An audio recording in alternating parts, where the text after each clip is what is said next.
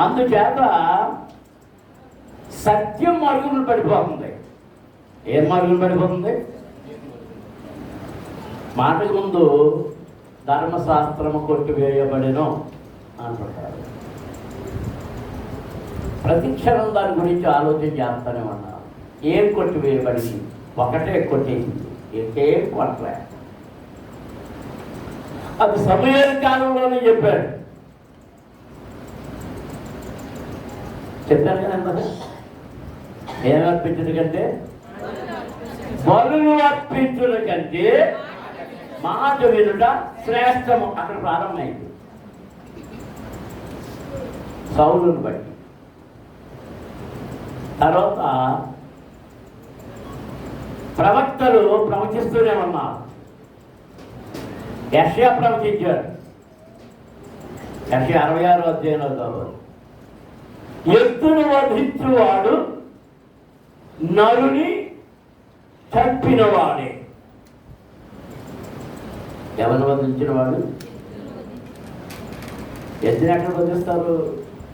ఈ బలుల్లోనే. యాడాది దూడలన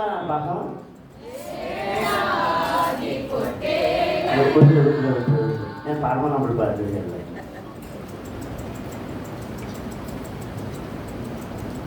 వేలాది గొర్రెలు, దోళ్ళు అయితే ఏడాది.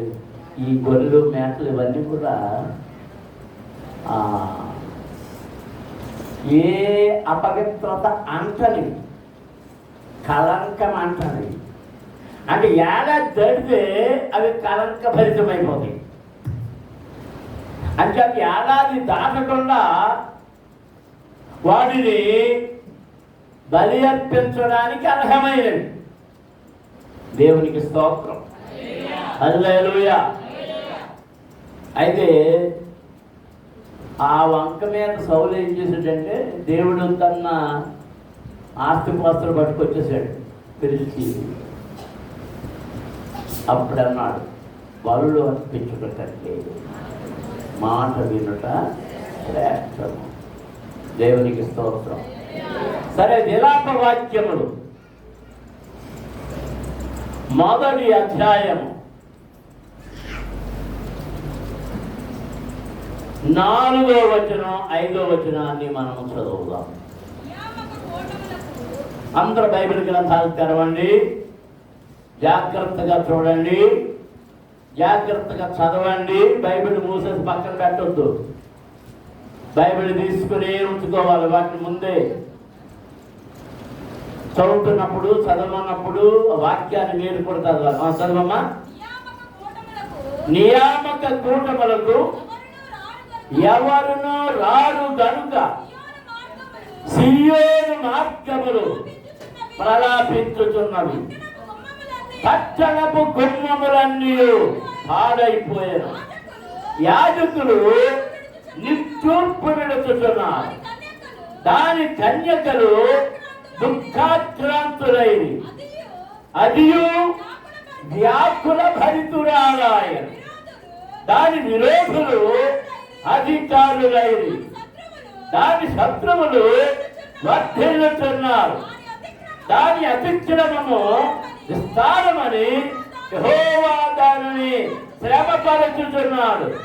విరోధులు దాని పిల్లలను చెరపట్టుకొని పోయిరి. దేవునికి స్తోత్రం. ప్రార్థన. ప్రభువా, నాతో మాట్లాడాలి. అందరూ ప్రభుని వ్యక్తిగతంగా విజ్ఞాపన చేయండి. స్తోత్రం. హల్లెలూయా, హల్లెలూయా, హల్లెలూయా, హల్లెలూయా, హల్లెలూయా. పరమ తండ్రి, పరిశుద్ధ ప్రభువా, జీవాధిపతి మీకు స్తోత్రములు. కూడి వచ్చిన ప్రజలు నీ ప్రజలు, నీ రక్తము చేత విమోచించబడిన వారు, నీ రక్తము చేత కడుగబడిన వారు, నీవు వారి కొరకు పరలోకములో ప్రత్యేక స్థలమును సిద్ధపరుచుతున్నావు. వారి స్థలముకి చేరుల కొరకై వారి భక్తి జీవితంలో పాడు కాకుండా భద్రపరుచుకునే కృప దయచేయండి. అట్టి నీ ప్రజలకు వాక్యం అందించడానికి నాకు ఈ భాగ్యాన్ని ఇచ్చినందుకు మీకు స్తోత్రములయ్యా. వారితో నేను కాదు, మీరే మాట్లాడండి. చదవబడిన లేఖన భాగమును ఆశీర్వదించండి. దాన్ని విరిచి మెండుగా దండిగా విస్తారమైన ఆత్మీయ ఆహారమును వారికి పుయ్యప్ప చేయమని వేడుకొంటున్నాను. నన్ను మీ శిలువ చాటున దాయండి. మీ ఆత్మ చేత అభిషేకించండి. నన్ను మీ నోటికి బోరగా వాడుకొనండి. నాలో నుండి మీ స్వరాన్ని నీ ప్రజలకు వినిపించి వినికిడిలో ప్రతి ఒక్కరిని దీవించమని యేసు నామమున అడుగుతున్నాము తండ్రి. ఆమేన్. అందరూ ఆమేన్ పలకండి గట్టిగా. దేవునికి స్తోత్రం. సంతోషంగా ఉన్న వారందరూ చేతులు పైకెత్తి దేవునికి స్తోత్రాలు చేయండి. హల్లెలూయా, హల్లెలూయా, హల్లెలూయా, హల్లెలూయా. ఈ 4వ వచనం విలాప వాక్యములను వ్రాసింది భక్తుడైన ఇర్మియా అని చెప్తారు. కన్నీటి ప్రవక్త, కన్నీటి ప్రవక్త. ఆయన ద్వారా చెప్పబడిన మాటలు ఇర్మియా గాని, యెషయా గాని, యెహెజ్కేలు గాని దేవుడు చెప్పిన వాటిని చెప్పినది చెప్పినట్లుగా కలపక చెరపక, ఏం చేయక కలపక చెరపక ప్రజలకు బహు తేటగా తెలియజేస్తున్న వారే కాదు, ప్రతి ప్రవక్త పని చేశాడు. కలిపి జరిపే ప్రవక్తలు ఉన్నారు, వారిని ఖండించారు వీళ్ళు. దేవునికి స్తోత్రం. హల్లెలూయా, హల్లెలూయా, హల్లెలూయా. ఎవడైనా దేవుని వాక్యానికి కలిపి జరిపాడంటే వాడి స్వంత సంపాదన కొరకు మాత్రమే,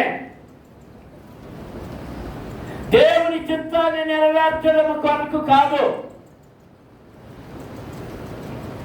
దేవునికి స్తోత్రం. ఆత్మ చెప్పుతున్న మాట చెవిగలవాడు వినుగాక. దేవుని ఆత్మ మీతో మాట్లాడుతూ ఉన్నది. ఈ సమయంలో మీరు జాగ్రత్తగా వాక్యమును గ్రహించండి. ఈ 4వ వచనంలో ఏమని అంటున్నాడంటే, నియామక కూటములకు ఎవరునూ రారు గనుక సియోను మార్గములు ప్రలాపించుతున్నవి. దేవునికి స్తోత్రం. ఆ వచనం అందరూ కలిపి చదవండి.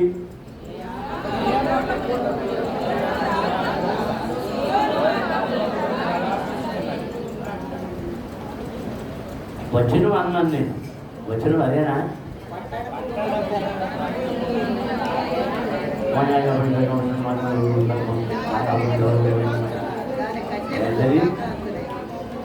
చదవండి మళ్ళీ.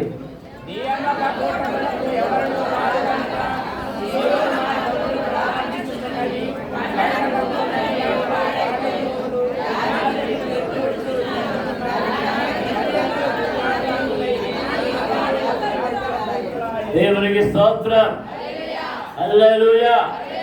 చూడండి, నియామక కూటములకు ఎవరు రారు గనుక, ఎవరు రావట్లేదు. ఏమవుతుందంట? సియోను మార్గములు ప్రలాపించుతున్న. సియోను మార్గములు అంటే రోడ్లన్నీ, ఆ దారులన్నీ, పట్టణపు గుమ్మములన్నీ పాడైపోయి అందులో ప్రవేశించేవాళ్ళు లేరు, బయటికి వెళ్ళేవాళ్ళు లేరు. యాజకులు ఏం చేస్తున్నారు? ఎవరు రావట్లే, దేవుని సన్నిధికి ఎవరు రావట్లే. దాని కన్యకలు దుఃఖాక్రాంతులైన వారిని పెళ్లి చేసుకునే వాళ్ళు ఎవరు కనబడటం లేదు. అది ఏది ఏది ఆ సియోను కుమార్తెయు, ఆ సియోను పట్టణమును, ఆ యెరూషలేము పట్టణమును ఏమైపోయింది? వ్యాకుల భరితురాలాయెను. ఏమైంది? వ్యాకులం అంటే బయటికి కనపడదు, మనోవ్యాకులం, మనోవ్యాధి. మానసికంగా వేదన పడుతుంది. దేవునికి స్తోత్రం. ఎవరి పట్టణం? మొదటి చూద్దాం, అధ్యాయం మొదటి నుంచి.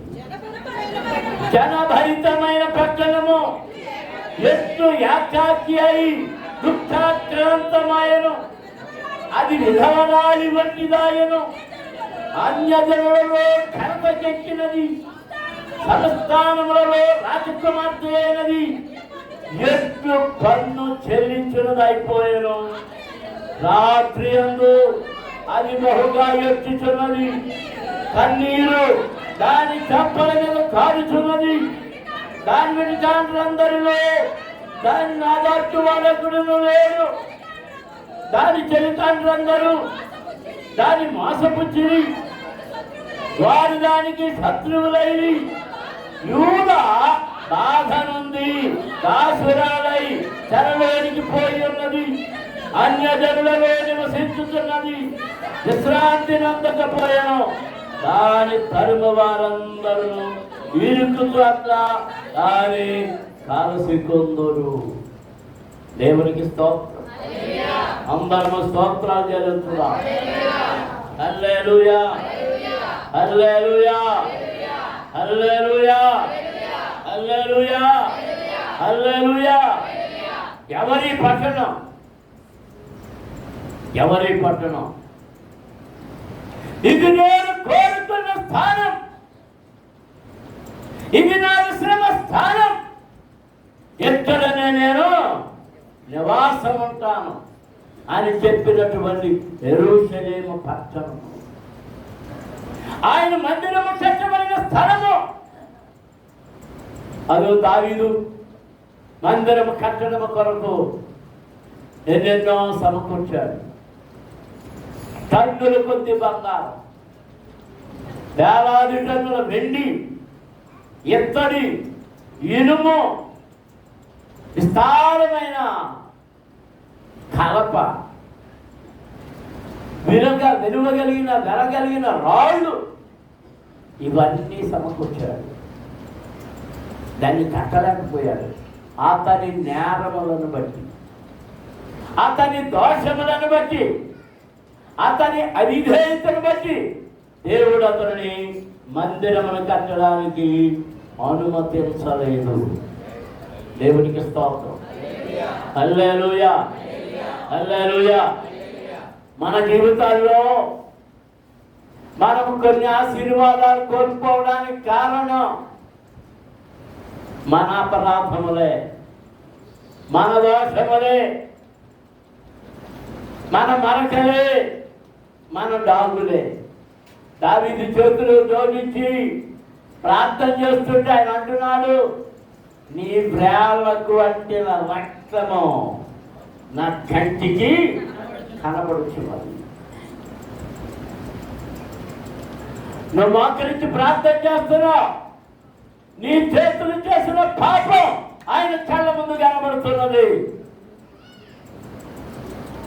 నీ పాదాలు వంగిని, నీ కాళ్ళు వంగిని, కానీ నీ పాదాలు ఎక్కడెక్కడ పరుగులు తీసినాయో ఆయన కంటికి కనబడుతున్నాయి. నోటితో నాలుకతో ఆయన్ని స్తుతిస్తున్నా, పాడుతున్నా, కనబడుతున్నా, ప్రార్థిస్తున్నావు, కానీ నీ నాలుక ఏం పలికిందో, ఏం మాట్లాడిందో, ఏ చాడీలు చెప్పిందో, ఏ కూతురు మాట్లాడిందో అవన్నీ ఈ స్థుతులన్నీ పక్కకు పోయి ఏమి కనబడుతున్నాయి? ఆ దోషభరితమైన మాటలే. అందుకే ఏం కోల్పోయావో తెలుసా? దీవెన, ఆశీర్వాదం కోల్పోయావు. ముందొక మాట మాట్లాడతావు, వెనక్కి వెళ్ళి మరొక మాట మాట్లాడతావు. ద్విమనస్కులు దేవునికి హేయుడు. ద్విమనస్కులు అంటే రెండు మాటలు మాట్లాడేవాడు. దేవునికి స్తోత్రం. అందరూ స్తోత్రాలు చెల్లిస్తున్నా. హల్లెలూయా, హల్లెలూయా. యెరూషలేము పట్టణం పాడైపోవడానికి కారణం ఏంటంటే దానిని ఏలిన వారు, దానిలో ఉన్న ప్రజలు దేవుని వాక్యములకు అనుకూలంగా లేకుండా, విధేయంగా లేకుండా, వారి ఇష్టానుసారముగా వారికి నచ్చినట్లుగా పూజలు చేయడం. అటు ఇటు పరుగులెత్తడం. దేవునికి స్తోత్రం. హల్లెలూయా, హల్లెలూయా, హల్లెలూయా, హల్లెలూయా. మన సంఘంలోనే ఉన్నారు.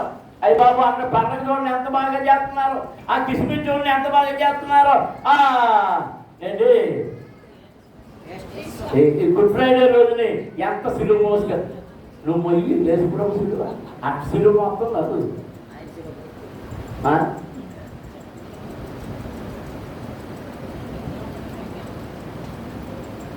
మా సంఘంలోనండి అది చెక్క ఇవన్నీ ఏంటి మట్టలకి తిరుగుతున్నారండి.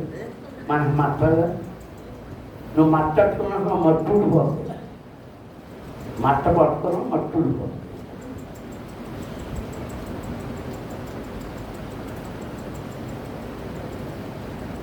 అమ్మ బాబు బతుకోవడం కూడట్లేదు కానీ సమాధికి రంగులు వేసేసి అది వెళ్ళిపోయి భక్తిగా కొవ్వొత్తులు వెలిగించేసి మీ నాన్నకి వెళ్ళి కొవ్వొత్తులు వెలిగించేది అబద్ధం అంటారు. అదేదా నా అమ్మమ్మ ఏంటి అమ్మేది రాలేదా? ఇంటికట్లా అర్థం చెప్తున్నా.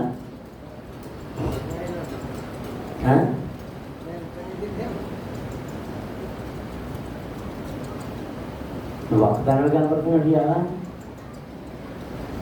ఇంకొకటి ఇద్దరు మూడోది నీ మధ్యలో ఓహో వాళ్ళిద్దరు ఫోటో చేయడం అయ్యాను పలకృతులు కొంచెం చెప్పాలి కూడా మర్చిపోయాను. ఆ ఎక్క పేరు ఇస్తాను కానీ రాజోడే బలిపడిలో సేవ చేస్తున్న పెద్దేమ నివాసి పట్టి చంద్రయ్య అని అబ్రహాం గారు ప్రభు సన్నిధికి వెళ్ళిపోయాడు. మా ఆయనకు కూతురు అనుకుంటా. ఆయన అల్లుడేమో మన డేవిడ్ అన్నయ్య తమ్ముడు కొడుకు దొంగ సైన. మరి ఆ కుటుంబ ఆదరణ కొరకు ప్రార్థన చేయండి. ఆ బలిపడి సంఘం వాళ్ళ కాపర్ని బాగొట్టుకుంది. వాళ్ళు ముందే జాగ్రత్త పడిపోయినట్టున్నారు. ఆ సంఘాన్ని చూసుకోవడానికి కూడా మేస్తారు. వాళ్ళు ఇది చేసుకుంటున్నారు. వాళ్ళ కుటుంబం కోసం ప్రార్థన చేయాలి.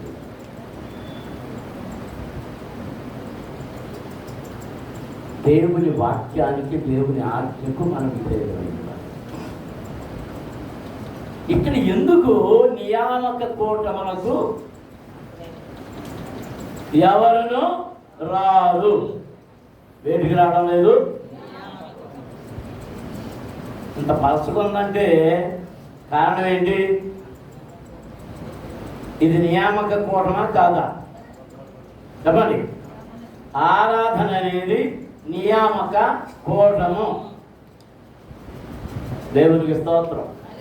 ఎంతమంది నమ్ముతున్నారన్నమాట? ఏ రోజైనా దేవుడిదేనని అనేవాడు ఉన్నారు. మంచిదే, ఏ రోజైనా దేవుడిదే అన్నప్పుడు వారం రోజులు మందిరంలో ఉండదు. అలా లేకుండా ఏ రోజైనా దేవుడిదే అని మాట్లాడితే మాత్రం ఈ నిండా దెబ్బలే.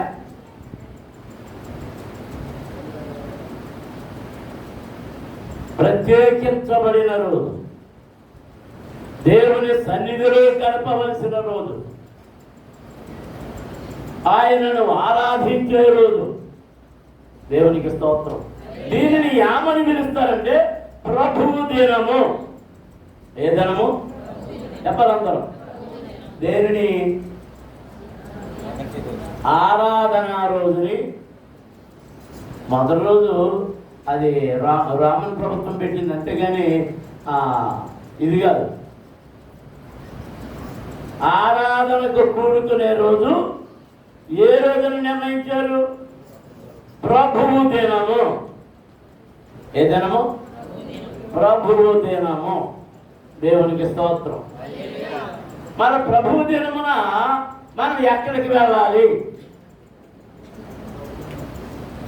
అక్కేమో నేను పంపించేసిందంట ఆశ్రయించుకోమని. ఇప్పుడు మధ్యాహ్నం ఇప్పుడు ఆమె అనగానే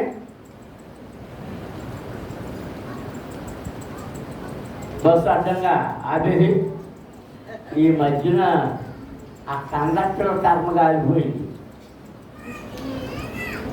ఆ డ్రైవర్ని కర్మ కాలిపోయింది. మొన్న ఎక్కడో బస్సు ఆపలేదంట, వెనకాల స్కూటర్ మీద వెళ్ళిపోయి ఆ డ్రైవర్ని జుట్టు కట్టుకుని కింద దింపు చెప్పుతో కొట్టేసిందంట.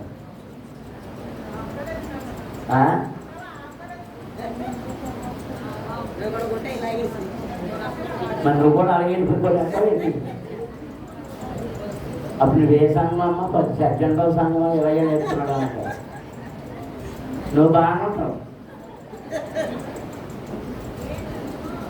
ఇప్పుడు ఎవరు నమ్మేస్తారు? నన్ను నమ్మేస్తారు. నియామక కూటములు నియమించబడిన, దేవుని చేత నియమించబడిన యాత్రా కాలములు యెరూషలేము పట్టణమునకు 3 ఉన్నాయి. మరోసారి మీకు లైట్గా చెప్పాను. 3 సంవత్సరమునకు 3 మార్లు పురుషులందరూ తప్పక కూడుకొనవలెను అన్న దేవునికి స్తోత్రాలు చెల్లించుదాం. హల్లెలూయా. ఈవేళ దాని గురించి తెలుసుకుని ముగించేసుకుందాం. 12 ముగించేద్దాం. ద్వితీయోపదేశ కాండము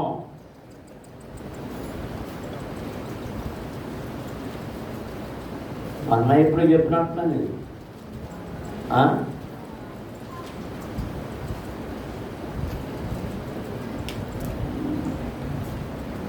తీసారా? ద్వితీయోపదేశ కాండం ఎంతమంది తీశారు?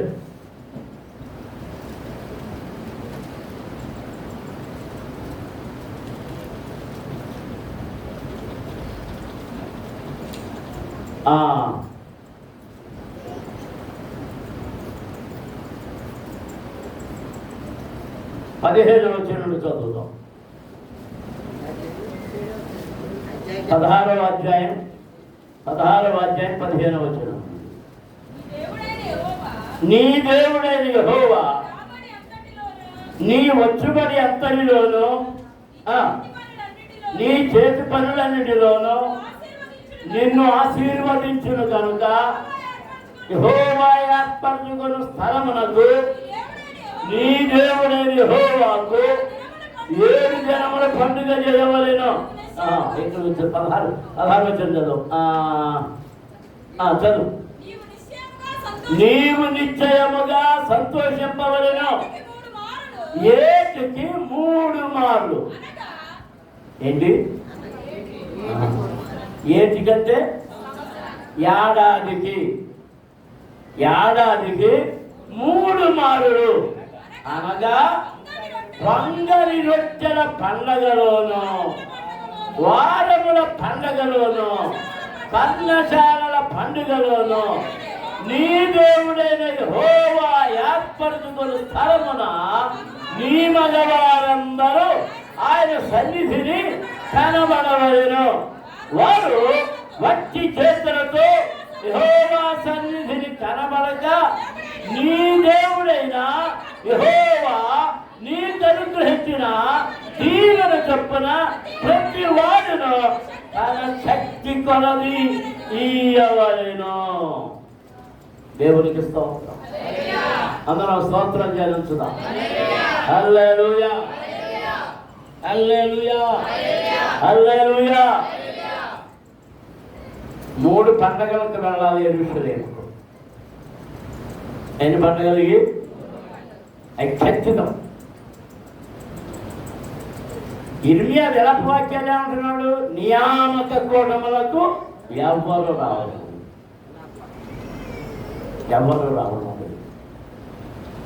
ఎక్కడ దేవుడు ఏమి నిర్ణయించాడు? మరి 16 వచనం చదవండి. 16 వచనం. ఏటికి 3 మారులు అనగా ఏ పండగ చెప్పాలి అందరం. దానికి మరొక పేరు ఏం పేరు చెప్పండి? పస్కా పండుగ. దానికి మరొక పేరు, ఇంకో పేరు పులియని రొట్టెల పండుగ. ఏం పండగ? పులియని రొట్టెల పండగ.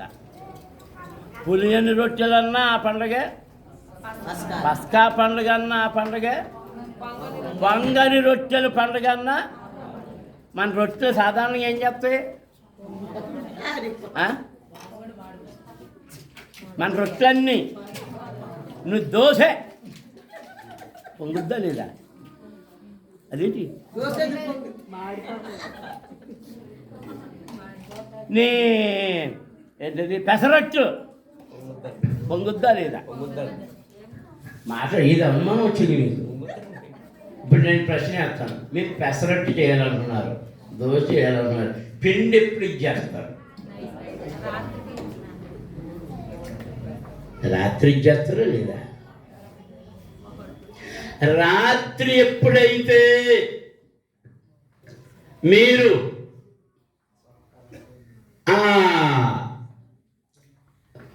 పిండి కొట్టిన ఆ పిండంతా ఆ రాత్రి నుంచి పొద్దున్న కలిపిన, లేదా రాత్రే మీరు పిండి చేసిన, అదేం పిండి అయిపోద్ది? పులిసిన పిండి. ఏ పిండి? పులిసిన పిండి. పస్కా పండుగ సమయంలో పులియని రొట్టెల పండుగలో ఆ రొట్టె పొడవకూడదు. పులిసిన దానితో దేవునికి నైవేద్యములు అర్పించకూడదు. పులిసిందేది దేవుని సన్నిధికి తీసుకెళ్ళకూడదు. దేవునికి స్తోత్రం. అందరూ స్తోత్రాలు చెల్లించుదాం. హల్లెలూయా, హల్లెలూయా, హల్లెలూయా.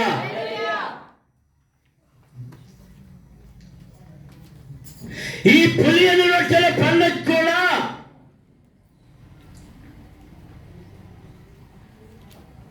నెలలో మొదటి నెలలో 10వ దినమున ప్రారంభమై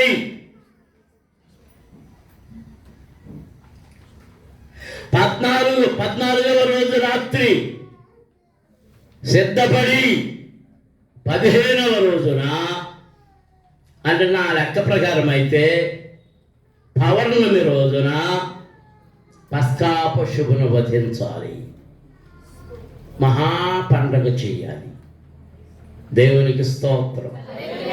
అందరూ స్తోత్రాలు చెల్లించాలి. హల్లెలూయా, హల్లెలూయా, హల్లెలూయా, హల్లెలూయా, హల్లెలూయా. ఈ పస్కా పండుగ సమయంలో ఈ పులియని రొట్టెలకు పండుగకు వారి వారి కుటుంబాలతో యెరూషలేమునకు, అంటే దేవుని మందిరం ఎక్కడో అక్కడికి వెళ్ళాలి. హన్నా తన భర్తతో, తన సవతి పిల్లలతో కలిసి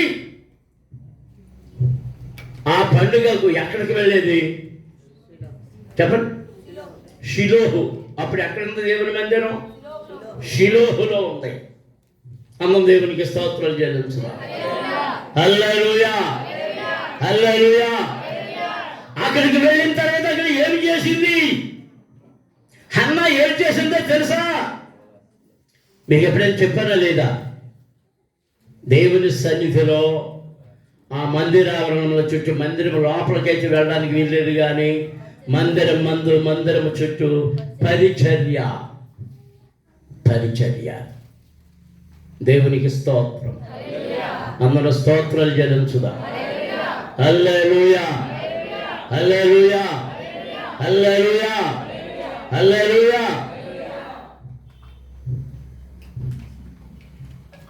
కుటుంబముల వారీగా వెళ్ళాలి.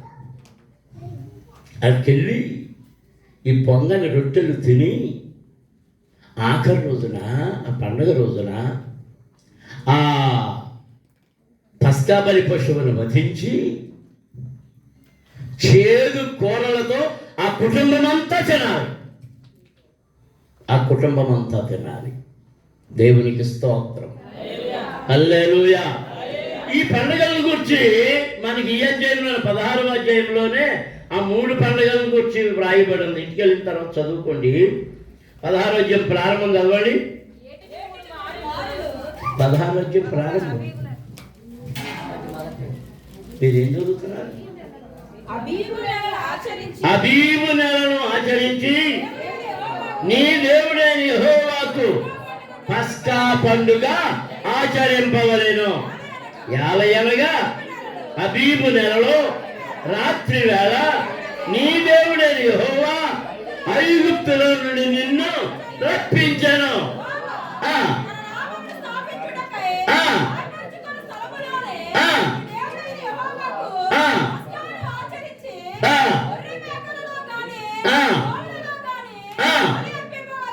బలి అర్పింపవలెను.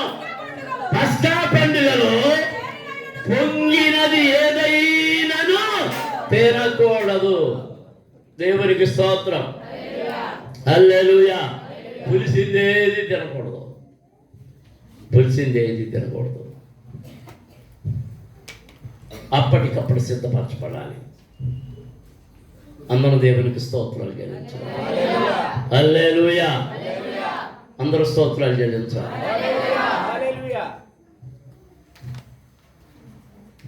మన హృదయాలు పులిసిన పిండితో ఉన్నాయి. పులిసిన అర్పణం అర్పిస్తున్నాం దేవునికి. పులిసిన పిండి అంటే లోకము యొక్క ఇచ్చలు, లోకము యొక్క ఆశలు, శరీరము యొక్క ఇచ్చలు, శరీరము యొక్క ఆశలు. దేవునికి స్తోత్రం. హల్లెలూయా. ఇరుగు పొరుగులను చూసి అది చేయాలనుకోవడం, ఇది చేయాలనుకోవడం. రాజు, నీకు సంగతి తెలుసా? ఏ కొత్త ఆచారం పుట్టించిన వాళ్ళు ఎవరు తెలుసా? ఆడోళ్ళే. వాళ్ళకి ఏదో నచ్చుద్ది. ఏంటో అంటున్నారు? ఆడోళ్ళే. ఆది కాండం ఆ మొదటి 2 అధ్యాయాలు చదువు. ఆదామేమైనా పుట్టించాడా? ఆదాంకి మొట్టమొదటి పండు తిన్నది అవుతాయి. ఎందుకు కొనుక్కుంటున్నారు? ఆదాంకి తెలివి ఉంటే కదా, మతి ఉంటే కదా.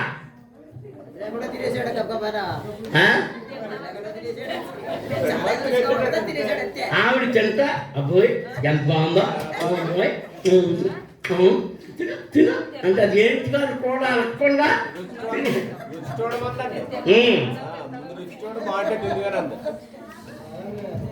అప్పుడప్పుడు మా పాత్రంగా ఏదైనా పట్టుకొచ్చి ఇచ్చారు వెంటనే అవ్వమ్మే గుర్తొస్తుంది.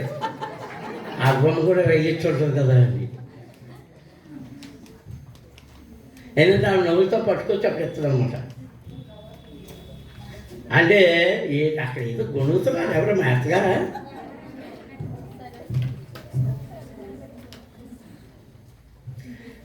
ఇప్పుడు కూర వండుతున్నారు, ముందు ఎవరు చూస్తారండి?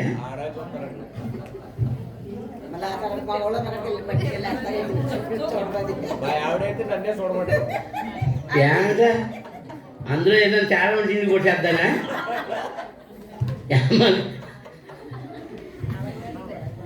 నిర్మలమ్మ,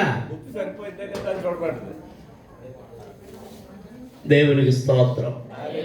అందరూ స్తోత్రం చెల్లించుదాం. హల్లెలూయా. ఇలా క్షేమం కావాలనుకోండి, ఇలా పుట్టించేస్తారు. ఎలా అంటే ఆ దేవత పండగకే ఆడవడికి చేరట్టాలంట. అంతే ముందు ఒకళ్ళు అంకించుకుంటారు. ఊరంతా పాకేస్తారు. ఒరే అన్నయ్య, ఆడవడికి చేరట్టాలంటరా, లేకపోతే కీడంటరా. చచ్చినట్టు ఏం చేస్తాడు? ఈ కీడ్ని ఎక్కడ చుట్టుకోనని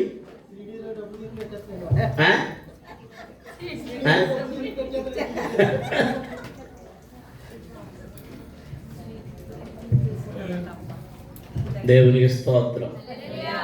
హల్లెలూయా. ఏ పండగకి వెళ్ళాలి ఖచ్చితంగా?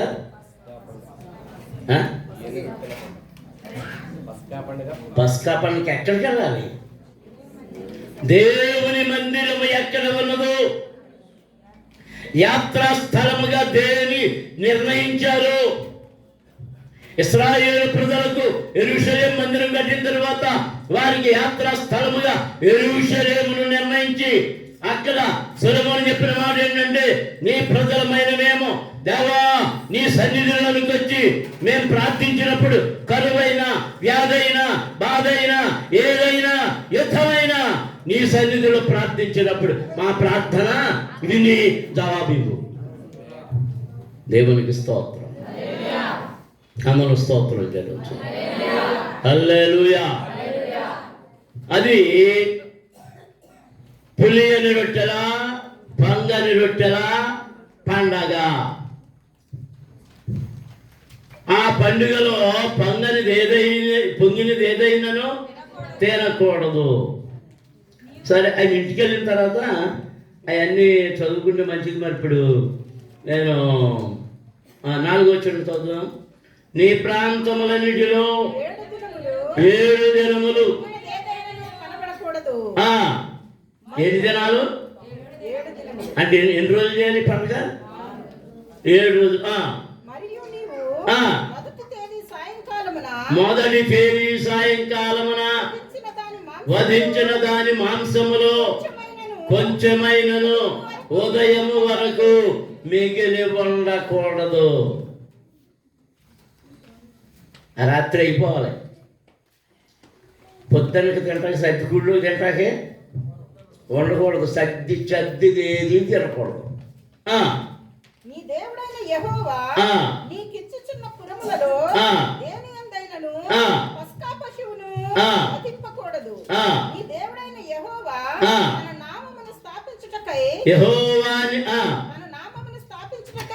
తన నామమును స్థాపించుటకై ఏర్పరచుకున్న స్థలములలోనే ఐగుప్తులో నుండి బయలుదేరి వచ్చిన వేళను సూర్యుడు అస్తమించు సాయంకాలమున పస్కా పశువును వధించి నీ దేవుడైన యెహోవా ఏర్పరచుకొను స్థలమున దాన్ని కాల్చి భుజించి ఉదయమున తిరిగి నీ గుడారమునకు వెళ్ళవలెను. దేవునికి స్తోత్రం. రాత్రి గొలుసు ప్రార్థన మీకు సరదాగా పెడతలేదు. నువ్వు ఇక్కడ వధించి ఎక్కడే తిని రాత్రి అంతా ఎక్కడ ఉండాలి? ఎక్కడ ఉండాలి? గుడారంలోనా? మందిరములోనే. ఎప్పుడు గుడారానికి వెళ్ళాలట? ఉదయమున తిరిగి గుడారానికి వెళ్ళాలి. దేవునికి స్తోత్రం. అందరూ స్తోత్రాలు చెల్లించు.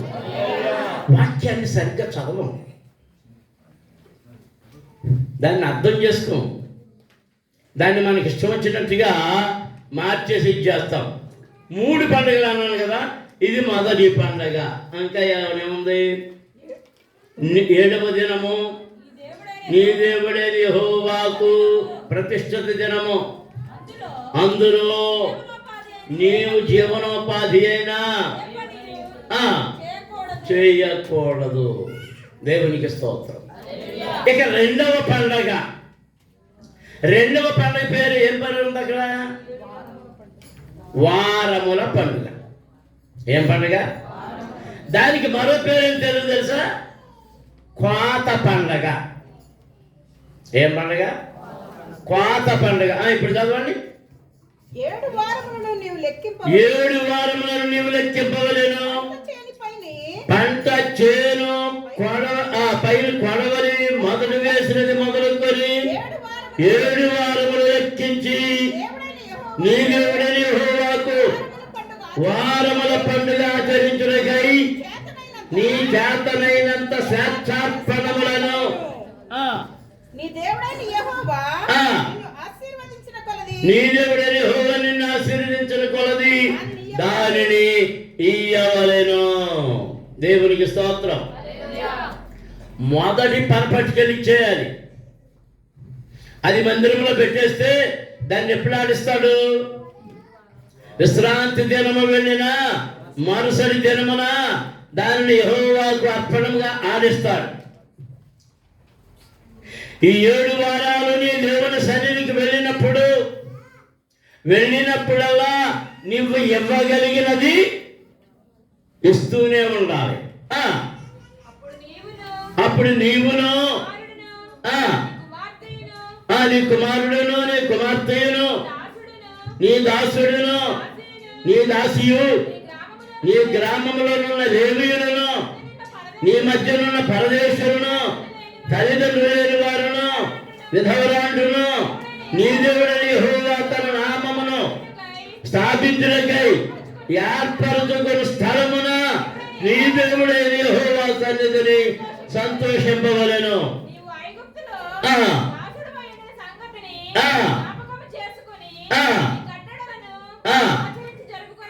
ఒక్క నిమిషం. ఈ పర్ణశాల పండుగ, వారముల పండుగ, ఈ కోత పండుగలో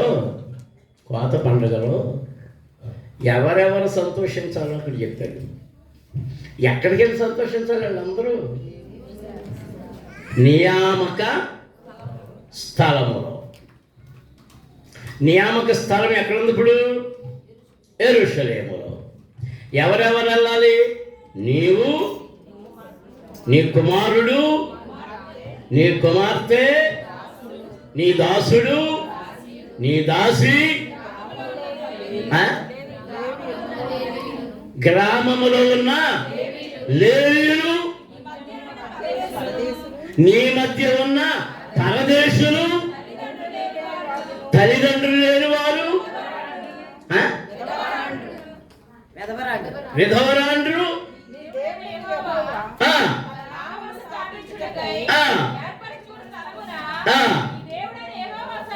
వీళ్ళందరూ తెలుసు మనకి. అంటారు కదా, నేను మా నిర్మలమ్మ మా అబ్బాయి అంతే. వచ్చి పెద్దోడు వస్తాడు, నేను నలుగురమే. యదమ్మల గురించి నాకెందుకు, తల్లిదండ్రులు లేనివాడు కూడా నాకెందుకు, ఇంట్లో పనిచేసేవాడు కూడా నాకెందుకు, ఆ పనిచేసేదానికి కూడా నాకెందుకు, ఆ లేవీలు కూడా, ఆ పాత్ర కూడా నాకెందుకు. లేవీడు అంటే ఎవరు? దేవుని మందిరములో పరిచర్య చేసే యాజకుల కుటుంబాలు. నీ అర్పణముతో తోటి నువ్వు తెచ్చినప్పుడు వీళ్ళందరితో సంతోషించాలంటున్నావు.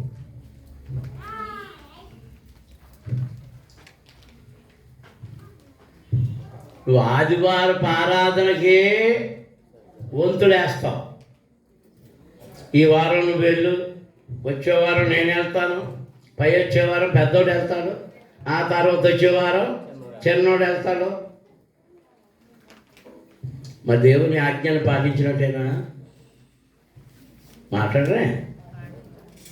దేవుని ఆజ్ఞలు పాటించినట్టే అన్నవాళ్ళు స్తోత్రం చెప్పండి. అదే ఎవరు చెప్పారు అంటారా? చెప్పారు పురుషులు ఎవరో చెప్తారు. ఈ కళ్ళజోడు కూడా ఇది కూడా పనిచేది. మా పాపకర్ర అనుకుంటా, మా పాపకర్ర అదే చెప్తాడు.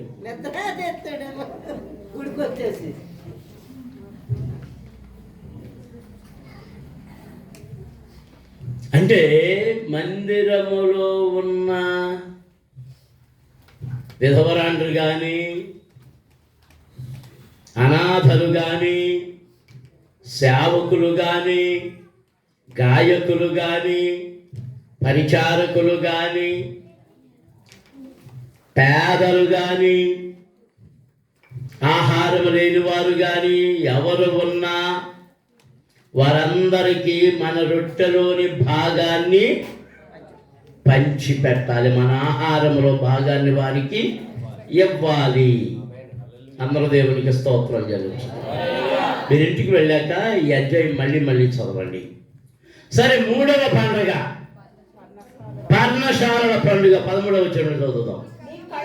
నీ కళ్ళములో నుండి ధాన్యమును, నీ తొట్టిలో నుండి రసమును సమకూర్చినప్పుడు పర్ణశాల పండుగను 7 దినములు ఆచరింపవలెను. ఎన్ని దినాలు?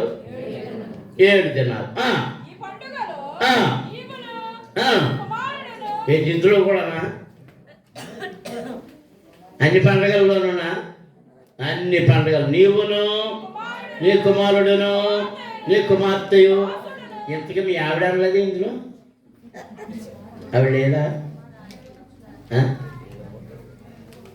ఆవిడ లేకుండా చెప్తున్నా. కథ ఎలా జరుగుద్ది? ఈ దాసుడును ఆ. ఈ దాసీయును ఆ. ఈ గ్రామములోనున్న లేవీయులను ఆ. పరదేశులను పరదేశులను, తల్లిదండ్రులు లేని వారును, విధవరాండును సంతోషింపవలెను. నీ దేవుడని యెహోవా నీ వచ్చుకొని అంతటిలోను నీ చేతి పనులన్నిటిలోను నిన్ను ఆశీర్వదించును గనుక యెహోవా ఏర్పరచుకున్న స్థలమున ఆ. దినములు పండుగ చేయవలెను. ఆ. నిశ్చయముగా సంతోషింపవలెను. ఆ. ఏటికి 3 మారులు. ఆ. అనగా ఆ. ఆని రొట్టెల పండుగలోను, ఆ. వారముల పండుగలోను, ఆ. అన్నసాలల పండుగలోను, ఆ. దేవుడైన యెహోవా ఏర్పరచుకొన్న స్థలమున ఆ. మగవారందరూ ఆ. ఆయన సన్నిధిని కనబడవలెను. ఆ. వారి వట్టి చేతులతో ఆ. యెహోవా సన్నిధిని కనబడక ఆ. దేవుడైన యెహోవా ఆ. అనుగ్రహించిన దీవెన చొప్పున ఆ. ప్రతివాడును ఆ. తన శక్తి కొలది ఇయ్యవలెను. మనం లేవియా కాండం 23వ అధ్యాయానికి వెళ్దాం. అక్కడ కూడా ఆ అధ్యాయం కూడా ఇంటికి వెళ్ళాక చదువుకోండి. ఆ 3 పండుగలను గురించి విస్తారంగానే 3 పండుగలతో పాటు ఇంకా కొన్ని పండుగలు ఉన్నాయి. బోరల పండగ ఇలాంటివి. సరే,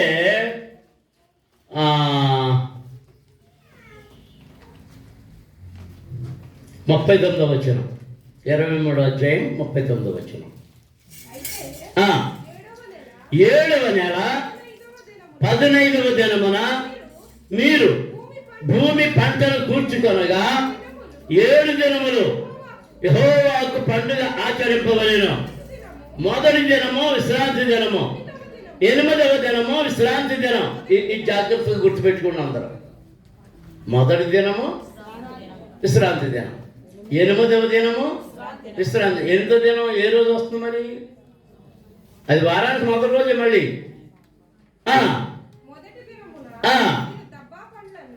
దబ్బా పండ్లు కదా, దబ్బ పండ్లను. మీరు దబ్బ పండ్లను, ఈత మట్టలను, గొంజి చెట్ల కొమ్మలను, కాలువల యొద్ద ఉండు నిరవంజి చెట్లను పట్టుకొని 7 దినములు నీ దేవుడైన యెహోవా సన్నిధిని ఉత్సహించుచుండవలెను. ఏటాట 7 దినములు యెహోవాకు పండుగగా ఆచరింపవలెను. ఇది మీ తరములలో నిత్యమైన కట్టడ. 7వ నెలలో దాన్ని ఆచరింపవలెను. నేను ఐగుప్తు దేశముల నుండి ఇశ్రాయేలును రప్పించినప్పుడు వారిని పర్ణశాలలో నివసింపచేయుదునని మీ జనులు ఎరుగునట్లు 7 దినములు మీరు పర్ణశాలలో నివసింపవలెను. ఇశ్రాయేలులో పుట్టిన వారందరూ పర్ణశాలలో నివసింపవలెను. దేవునికి స్తోత్రం. అందరూ స్తోత్రాలు చెల్లించు. హల్లెలూయా, హల్లెలూయా, హల్లెలూయా, హల్లెలూయా. ఇవన్నీ ఎక్కడ చేయాలి చెప్పండి? యెరూషలేములో చేయాలి. ఇవన్నీ చేయడానికి ఇశ్రాయేలు ప్రజలు వారి వారి గ్రామాల నుండి, వారి వారి ప్రాంతాల నుండి, వారి వారి ఇళ్ల నుండి బండ్లను కట్టుకొని వారికున్న ప్రయాణ సాధనములైన ఆ ఎడ్లను, ఆ గాడిదలను తీసుకుని బయలుదేరి యెరూషలేముకు వెళ్ళాలి, మళ్ళీ తిరిగి రావాలి. అందుకే భక్తుడైన దావీదు ఏమంటున్నాడంటే, యాత్రికుడైన నేను నా బసలో పాటలు పాడుటకు నీ కట్టడలు నాకు హేతువులాయను. దేవునికి స్తోత్రం. అందరం స్తోత్రం చెల్లించు. హల్లెలూయా. ఎవరు నేను? యాత్రికుడను. ఎక్కడికి యాత్ర వెళ్తున్నాను? ఎక్కడికి? దేవుని సన్నిధికి. దేవుని సన్నిధికి. దేవుని సన్నిధిని గడపడానికి ఎన్ని దినాలు గడుపుతున్నారు ఇక్కడ? వారం రోజులు ఉంటున్నారు ఇక్కడ. అందరం దేవునికి స్తోత్రాలు చెల్లించుదాం. ఇక నేను ముగించేస్తాను. యేసు ప్రభు చిన్నతనము నుండి యెరూషలేముకు పస్కా పండుగకు తీసుకొని పోబడ్డాడు. ఆయన తల్లి ఆయన తీసుకుని వెళ్ళలేదు. ఆయన గురించి మరలా మనకి ఎప్పుడు ప్రస్తావనకు వచ్చిందంటే ఆయన 12వ సంవత్సరంలో పస్కా పండుగకి వెళ్ళినప్పుడు ఆ తల్లిదండ్రులు తిరిగి వెళ్ళిపోతుంటే అందరితో వచ్చేస్తున్నారు అనుకున్నారు. ఎందుకు ఈయన లెక్కలోకి రాలేదు? ఎందుకు లెక్కలోకి రాలేదు? వాళ్ళతో ఎవరున్నారు? ఆ గ్రామస్తుల యొక్క లేవీయులు ఉన్నారు. వారి ఇంట్లో ఏమన్నా పనివాళ్ళు ఉంటే దాసీది ఉంది, దాసుడు ఉన్నాడు, పనివాళ్ళు ఉన్నారు, వాళ్ళ పిల్లలు ఉన్నారు, ఇంకా తాడుబుట్టిన వాళ్ళు ఉన్నారు, వాళ్ళందరూ ఉన్నారు. ఈ జనంలో ఉన్నాడు అనుకుని చూసుకోకుండా వచ్చేసారు వీళ్ళు. ఎప్పుడు చూసారంట?